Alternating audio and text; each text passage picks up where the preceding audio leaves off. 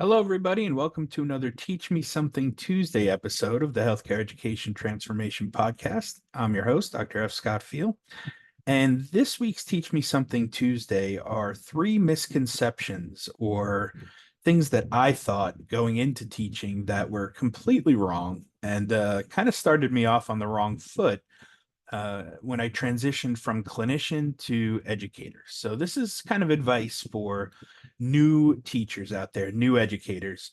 And the first misconception was that I needed to teach my students all the things about whatever subject I was teaching, right?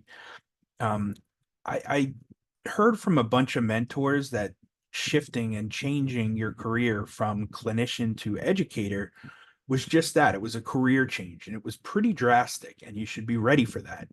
And as many people told me that that was the case, I still sort of disregarded it. And I just figured I'll be okay. I know all the things because I've been a clinician for 15 years.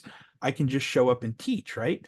But I wanted to give them everything all at once, and that can be like drinking from a fire hose for these poor students. So one of the things that I kind of shifted as I started to learn to teach better, as opposed to just show up and tell them all the clinical things I learned, was that I recognized that I needed to teach my students the essential core concepts and then give them some relevant examples that really anchor and deepen their learning, right? So this kind of goes back to that setting your learning objectives for not only the whole semester, but for class by class, and then literally anchoring those concepts to those learning objectives. Now, you can tell a story or two, you can show them a clinical pearl from the real world, but you really want to anchor them back to those learning objectives and those core concepts. The next one was that I have to display my knowledge to really show that I'm an expert and an authority, right? Like I had to show them how smart I was. And I did this a lot even when I was in clinical practice with patients. I would end up trying to use all the big words and show them my big old brain and all the things that I know.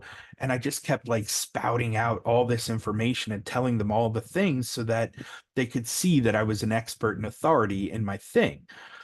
When in reality, what I had to do was really just show my expertise, right? Invite questions to include class discussion to pique their curiosity and then fill in the gaps and holes with my expertise, right? And then ask, hey, that's a great question. Anybody else have a similar question or some ideas and other questions that are like that? This way we could kind of fill in the holes and gaps, and I can bring you up to speed with all the things that I know.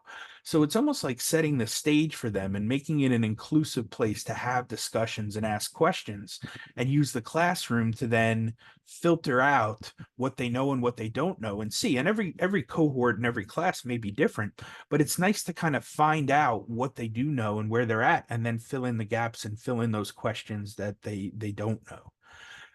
Then last but not least was that I felt like I had to successfully lead students to the goal in mind through the structured plan that I had set out. And again, this changes from cohort to cohort and semester to semester, but really, in order to get everybody from point A to point Z, I had to realize that along the way, structure was good and it was a nice starting point, but you're going to have to be an adaptive teacher and learner, right? You're going to have to figure out what's working and what's not from semester to semester and kind of roll with the punches a little bit, right? So I've kind of adapted that thinking now to in order to really be successful.